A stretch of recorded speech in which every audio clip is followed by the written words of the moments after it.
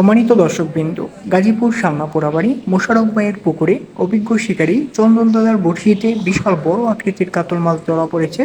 1-2 কাঠার দাম দক্ষ একজন শিকারী অনেকক্ষণ যাবৎ মাছটিকে নিয়ে খেলছেন, আয়ত্তে আনার চেষ্টা করছেন। দেখা যাক শেষ পর্যন্ত এই বিশাল আকৃতির কাতল মাছটি কিভাবে আয়ত্তে এনে কেচিং করেন সেটাই দেখার বিষয়। অনেক দর্শক ভিড় জমিয়েছেন, বড় মাছটি দেখার অপেক্ষায় আছেন। দেখা যাক এই বড় কাতল মাছটি কিভাবে আয়ত্তে এনে কেচিং করেন সেটাই দেখার বিষয়। আপনারা এই অভিজ্ঞ শিকারী চন্দন দাদার খেলাটি উপভোগ করতে থাকুন।